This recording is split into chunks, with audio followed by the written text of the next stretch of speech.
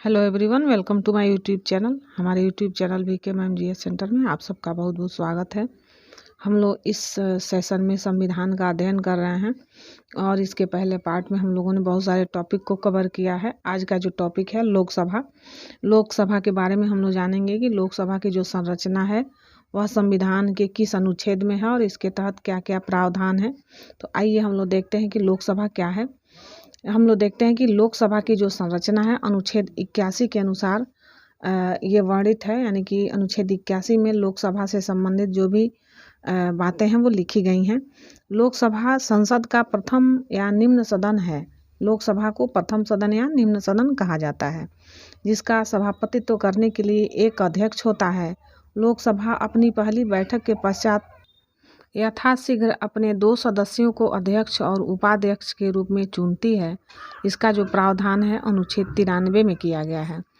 मूल संविधान में लोकसभा की सदस्य जो संख्या है वो 500 निश्चित की गई है, लेकिन जो अधिकतम संख्या होती है वह हो सकता है 550 तक हो सकता है। इनमें से अधिकतम जो 530 सदस्य राज्यों के निर्वाचित क्षेत्रों से व अधिकतम 20 सदस्य संघीय क्षेत्रों से निर्वाचित किए जा सकते हैं।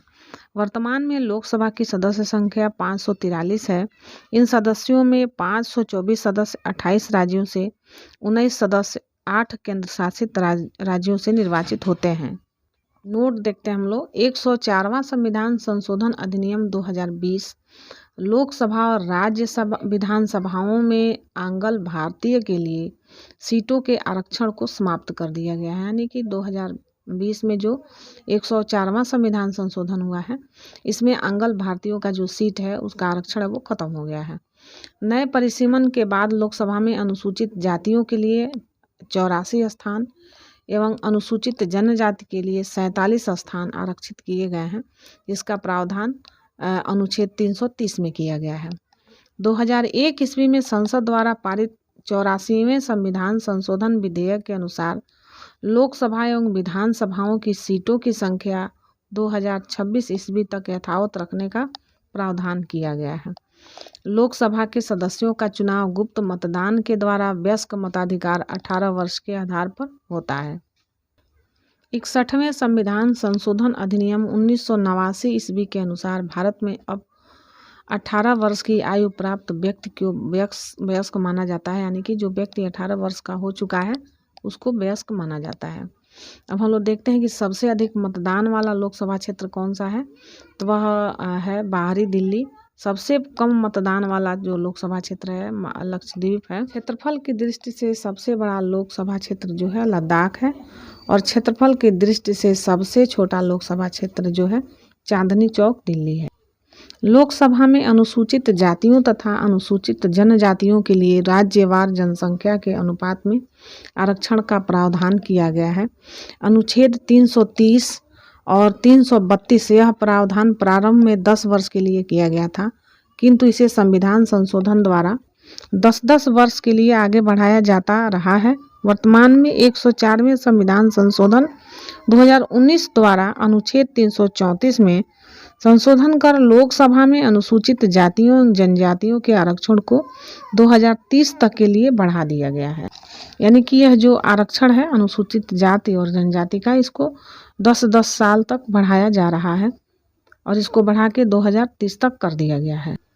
लोकसभा की सदस्यता के लिए अनिवार्य योग्यताएं क्या हैं, आइए हम लोग देखते हैं। वह व्यक्ति भारत का नागरिक हो। दूसरा है उसकी आयु जो है 25 वर्ष या उससे अधिक हो। तीसरा है भारत सरकार अथवा किसी राज्य सरकार के अंतर्गत वह कोई लाभ के पद पर नहीं हो। और चौथा है कि वह पागल व दिवालिया न हो। लोकसभा का अधिकतम कार्यकाल जो होता है सामान्यतः 5 वर्ष का होता है। मंत्रिपरिषद लोकसभा के प्रति सामूहिक रूप से उत्तरदायी होता है, जिसका प्रावधान अनुच्छेद 75(3) में किया गया है। प्रधानमंत्री के परामर्श के आधार पर राष्ट्रपति के द्वारा लोकसभा को समय से पूर्व भी भंग किया जा सकता है। ऐसा अब तक 8 बार, यानी कि ऐसा अब तक 8 बार हो चुका है। और कब कब हुआ है हम लोग देखते हैं। 1970, 1977, 1979, 1984 और नवंबर 1989, मार्च 1991, दिसंबर 1997 तथा अप्रैल 1999 को किया गया था। आपातकाल की घोषणा लागू होने पर विधि द्वारा संसद लोकसभा का कार्यकाल में वृद्धि कर सकती है, जो एक बार में 1 वर्ष से अधिक नहीं होगी। आपातकाल की घोषणा समाप्त हो जाने के पश्चात उसका विस्तार किसी भी दशा में 6 महीने से अधिक नहीं होगी। 1976 ईस्वी में लोकसभा का कार्यकाल 2 बार 1-1 वर्ष के लिए बढ़ाया गया था। लोकसभा एवं राज्यसभा के अधिवेशन राष्ट्रपति के द्वारा ही बुलाए और स्थगित किए जाते हैं। लोकसभा की 2 बैठकों में 6 माह से अधिक का अंतर नहीं होना चाहिए। जब तक संसद विधि द्वारा अन्यथा उपबंध न करे, तब तक संसद के प्रत्येक सदन का अधिवेशन गठित करने के लिए गणपूर्ति सदन के सदस्यों का कुल संख्या का 10वां भाग होगी, जिसका प्रावधान अनुच्छेद 100 और उसके 3 पार्ट में किया गया है। यदि सदन के अधिवेशन में किसी समय गणपूर्ति नहीं है, तो सभापति या अध्यक्ष अथवा उस रूप में कार्य करने वाले व्यक्ति का यह कर्तव्य होगा कि वह सदन को स्थगित कर दे या अधिवेशन को तब तक के लिए निलंबित कर दे जब तक गणपूर्ति नहीं हो जाती। इसका जो प्रावधान दिया गया है अनुच्छेद 100 और उसके 4 पार्ट में दिया गया है। लोकसभा की गणपूर्ति का कोरम कुल सदस्य संख्या का 10वां भाग यानी 55 सदस्य होता है। यानी लोकसभा का जो 10वां भाग है उसके बराबर 55 सदस्य होते हैं, तो ये गणपूर्ति का कोरम होता है। संविधान के अनुच्छेद 108 में संसद के संयुक्त अधिवेशन की व्यवस्था है। संयुक्त अधिवेशन राष्ट्रपति के द्वारा निम्न 3 स्थितियों में बुलाया जा सकता है।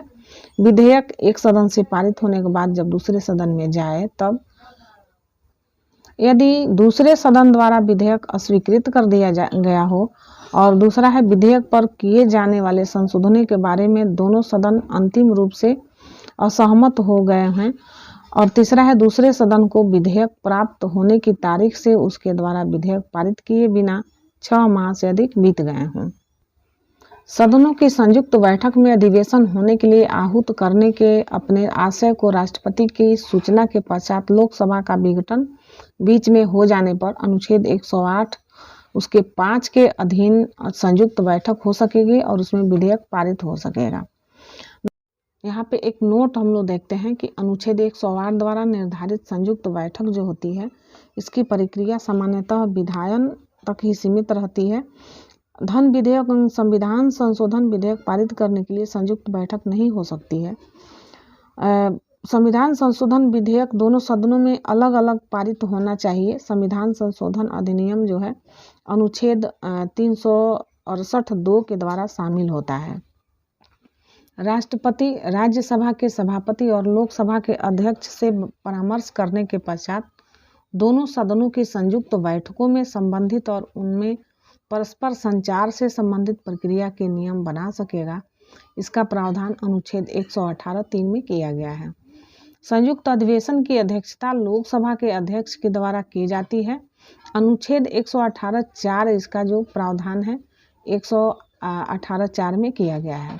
संयुक्त बैठक में अध्यक्ष की अनुपस्थिति के दौरान सदन का उपाध्यक्ष या यदि वह भी अनुपस्थित है तो राज्यसभा का उपसभापति या यदि वह भी अनुपस्थित है तो ऐसा अन्य व्यक्ति पीठासीन होगा जो उस बैठक में उपस्थित सदस्यों द्वारा अवधारित किया जाए। संयुक्त बैठक में कोई विधेयक निर्दिष्ट किया जाता है तो उस विधेयक को दोनों सदनों की उपस्थिति तथा मत देने वाले सदस्यों के साधारण बहुमत पारित किया जाता है। इसका जो प्रावधान है अनुच्छेद 108(4) में दिया गया है। संयुक्त बैठक में समस्त कार्यवाही लोकसभा की प्रक्रिया के अनुसार होती है। संसद में निलंबित विधेयक सदनों के सत्रावसान के कारण व्यापगत यानी समाप्त लैप्स नहीं होता है। इसका जो प्रावधान है अनुच्छेद 107(3) में किया गया है। राज्यसभा में लंबित विधेयक जो है इसको लोकसभा ने पारित नहीं किया है। लोकसभा के विघटन पर व्यापगत नहीं होता है। अनुच्छेद 107(4) में इसका प्रावधान है, यानी कि लोकसभा के विघटन पर जो यह सत्रावसान है वह लैप्स नहीं होता है। कोई विधेयक जो लोकसभा में लंबित है या तो लोकसभा द्वारा पारित कर दिया गया है और राज्यसभा में लंबित है तो अनुच्छेद 108 के उपबंधों के अधीन रहते हुए लोकसभा के विघटन पर व्यापगत यानी लैप्स हो जाएगा। अनुच्छेद 107 और 5 इसका प्रावधान करता है। लोकसभा में एक दिन में तारांकित प्रश्नों की अधिकतम संख्या 20 होती है, यानी कि एक दिन में जो तारांकित प्रश्न होते हैं लोकसभा में उसकी संख्या कितनी होती है? 20 होती है। धन विधेयक के संबंध में लोकसभा का निर्णय अंतिम होता है। इस संबंध में संयुक्त अधिवेशन की व्यवस्था नहीं होती है। विश्वास प्रस्ताव केवल लोकसभा में ही पुनः स्थापित किया जा सकता है।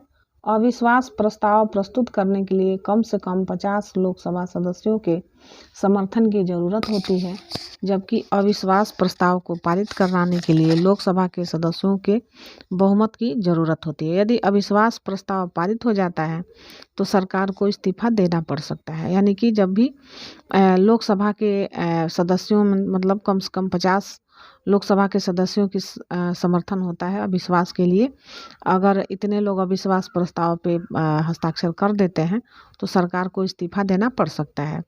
अब हम लोग नोट देखते हैं कि भारत के संविधान में किसी अविश्वास प्रस्ताव का कोई उल्लेख नहीं है।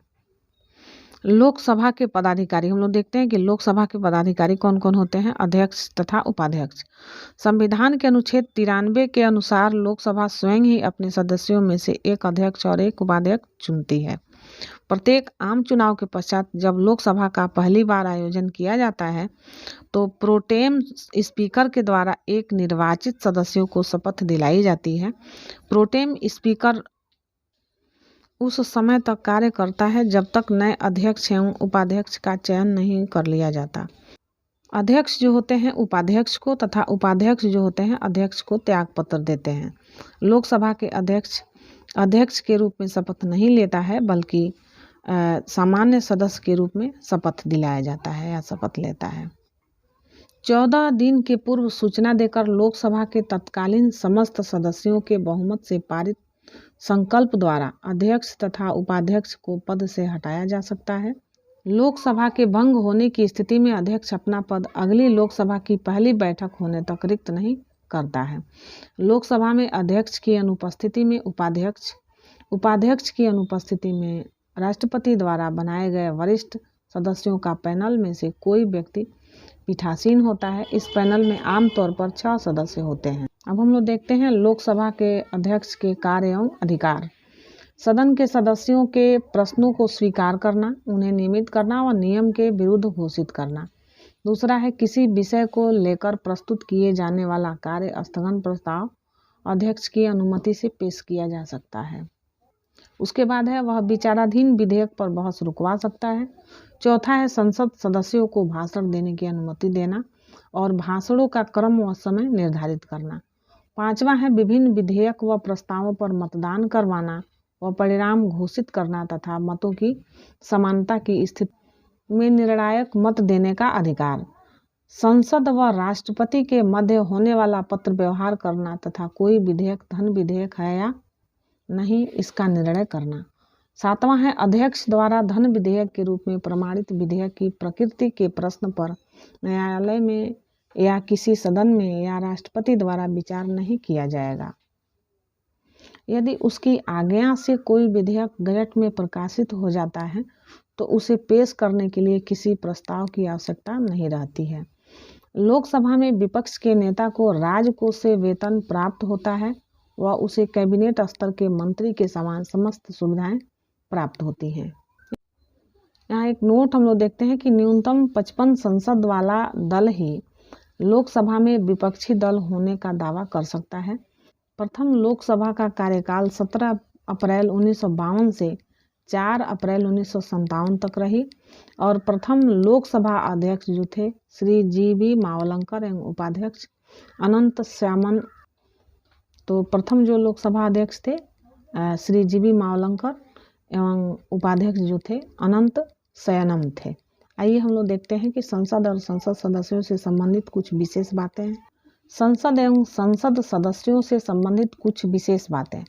सभापति या अध्यक्ष या उस रूप में कार्य करने वाला व्यक्ति प्रथमतः मत नहीं देगा, किंतु मत बराबर होने की दशा में उसका निर्णायक मत होगा और वह उसका प्रयोग करेगा, जिसका प्रावधान अनुच्छेद 101 में किया गया है। संसद के किसी सदन की सदस्यता में कोई रिक्ति होने पर भी उस सदन की कार्रवाई करने की शक्ति होगी और यदि बाद में यह पता चलता है कि कोई व्यक्ति जो ऐसा करने का हकदार नहीं था कार्यवाहियों में उपस्थित रहा या उसने मत दिया या अन्यथा भाग लिया तो भी संसद की कार्यवाही विधिमान्य होती है, जिसका प्रावधान है अनुच्छेद 102 में है। संसद में स्थगन प्रस्ताव संसद का कोई भी सदस्य रख सकता है, लेकिन इसके लिए अध्यक्ष की अनुमति आवश्यक है। बिना अध्यक्ष की अनुमति के स्थगन प्रस्ताव नहीं रखा जा सकता है। स्थगन प्रस्ताव लाने का मुख्य उद्देश्य सार्वजनिक महत्व के निश्चित अत्यावश्यक मुद्दे पर बहस करना होता है। सामान्यतः स्थगन प्रस्ताव को सायं 4 बजे ही लाया जा सकता है। किसी संसद सदस्य की योग्यता अथवा अयोग्यता से संबंधित प्रश्न का अंतिम विनिश्चय चुनाव आयोग की सलाह के राष्ट्रपति करते हैं। यानी कि चुनाव आयोग की सलाह पर राष्ट्रपति किसी संसद सदस्य की योग्यता तथा अयोग्यता का चुनाव होता है वो करते हैं। एक समय एक व्यक्ति केवल एक ही सदन का सदस्य रह सकता है। यदि कोई सदस्य सदन की अनुमति के बिना 60 दिनों की अवधि से अधिक समय के लिए सदन के सभी अधिवेशनों में अनुपस्थित रहता है तो सदन उसकी सदस्यता समाप्त कर सकता है। प्रावधान अनुच्छेद 101 के 4 में किया गया है। संसद सदस्यों को संसद की बैठक के पूर्व या बाद के 40 दिन की अवधि के दौरान गिरफ्तारी से मुक्ति प्रदान की गई है। गिरफ्तारी से यह मुक्ति केवल सिविल मामलों में है। आपराधिक मामले अर्थात निवारक निरोधक की विधि के अधीन गिरफ्तारी से छूट नहीं है। भूतपूर्व संसद सदस्यों के लिए पेंशन व्यवस्था 1976 से लागू की गई है। यदि कोई संसद सदस्य अपने पद से संबंधित शपथ लिए बिना संसद की कार्यवाही में भाग लेता है और मतदान करता है तो उसके द्वारा मतदान करने से संसद की कार्यवाही पर कोई प्रभाव नहीं पड़ेगा तथा जितने दिन वह मतदान करता है या कार्यवाही में भाग लेता है तो प्रतिदिन के हिसाब से उसे 500 रुपया दंड स्वरूप देने होंगे। न्यायालय द्वारा अपराधी घोषित किए गए व्यक्ति को चुनाव लड़ने के लिए अयोग्य करार देने का निर्णय संसद द्वारा दिया गया है। संसद के द्वारा पारित जनप्रतिनिधित्व अधिनियम 1951 की धारा 8(3) के तहत यह उल्लेख किया गया है कि यदि किसी जनप्रतिनिधि को 2 वर्ष या उससे अधिक की सजा सुनाई जाती है तो उसकी सदस्यता समाप्त हो जाएगी तथा वह अगले 6 साल तक चुनाव नहीं लड़ सकेगा। हम लोग यहाँ पे एक नोट देखते हैं कि संसद में कार्य हिंदी में या अंग्रेजी में अनुच्छेद 348 के अधीन रहते हुए किया जाएगा, परंतु राज्यसभा का सभापति या लोकसभा का अध्यक्ष या उस रूप में कार्य करने वाला व्यक्ति किसी सदस्य को जो हिंदी में या अंग्रेजी में अपनी पर्याप्त अभिव्यक्ति नहीं कर सकता, अपनी मातृभाषा में सदन को संबोधित करने की अनुज्ञा दे सकता है। इसका जो प्रावधान है अनुच्छेद 120(1) में किया गया है। यहाँ पर मातृभाषा में भी अपनी बातों को कहा जा सकता है। अब हम लोग देखते हैं लोकसभा में सदस्यों की संख्या कितनी है। तो उत्तर प्रदेश राज्य में 80 है, महाराष्ट्र में 48 है, पश्चिमी बंगाल में 42 है, बिहार में 40, तमिलनाडु में 39, मध्य प्रदेश में 29, कर्नाटक में 28, गुजरात में 26, राजस्थान में 25, आंध्र प्रदेश में 25, उड़ीसा में 21, केरल में 20, तेलंगाना में 17, झारखंड में 14, असम में 14, पंजाब में 13, छत्तीसगढ़ में 11, हरियाणा में 10, उत्तराखंड में 5, हिमाचल प्रदेश में 4, मेघालय में 2, अरुणाचल प्रदेश में 2, गोवा, मणिपुर, त्रिपुरा में 2-2, सिक्किम, नागालैंड और मिजोरम में 1-1 सदस्यों की संख्या निर्धारित की गई है। हम लोग देखते हैं कि संघीय क्षेत्र में कितने सदस्य हैं। संघीय क्षेत्र दिल्ली में 7, जम्मू कश्मीर में 5, लद्दाख में 1, पुडुचेरी में 1, चंडीगढ़ में 1, दादर व नगर हवेली में 2। यहाँ पे दादर व नगर हवेली, दमन एवं दीप जो है यह यहाँ पे 2 सदस्यों की संख्या है। अंडमान निकोबार में 1 है और लक्षद्वीप में 1 सदस्य की संख्या है। अब हम लोग देखते हैं कि लोकसभा के अध्यक्ष कौन कौन रह चुके हैं। तो आइए हम लोग देखते हैं लोकसभा के अध्यक्षों के नाम। लोकसभा के अध्यक्षों का नाम हम लोग देखते हैं। प्रथम लोकसभा अध्यक्ष जो थे गणेश वासुदेव मावलंकर और एम अनंत शयनम अयंगर। दूसरी बार फिर थे एम अनंत शयनम अयंगर और तीसरी बार थे हुकुम सिंह। चौथी बार नीलम संजीव रेड्डी और गुरुदयाल सिंह ढिल्लो थे। 5वीं बार गुरुदयाल सिंह ढिल्लो और बलिराम भगत थे। 6ठी बार नीलम संजीव रेड्डी और के.एस. हेगड़े। 7वीं बार जो थे बलराम जाखड़ और 8वीं बार भी बलराम जाखड़। 9वीं बार रवि राय, 10वीं बार शिवराज बी पाटिल, 11वीं बार P.S. संगमा और 12वीं बार G.M.C. बालयोगी। 13वीं बार GMC बालयोगी और मनोहर गजानंद जोशी, 14वीं बार सोमनाथ चटर्जी और 15वीं बार मीरा कुमार, 16वीं बार सुमित्रा महाजन और 17वीं बार ओम बिरला जो हैं यह लोकसभा के अध्यक्ष नियुक्त किए गए हैं। आज हम लोगों ने लोकसभा के अध्यक्ष, उनके कार्य, अधिकार व विभिन्न पहलुओं के बारे में हम लोगों ने जाना है। तो आज का हम लोग का यह सेशन यहीं पे समाप्त होता है। हम लोग अगले सेशन में मिलते हैं। भारत का महान्यायवादी ये क्या होते हैं, इनके बारे में हम लोग जानेंगे कि भारत के महान्यायवादी कौन होते हैं और उनका क्या कार्य होता है। अगर यह सेशन अच्छा लगा हो तो वीडियो को लाइक करिए, चैनल को सब्सक्राइब करिए और कमेंट करिए। फिर मिलते हैं हम लोग। Thank you for watching this video. जय हिंद, वंदे मातरम।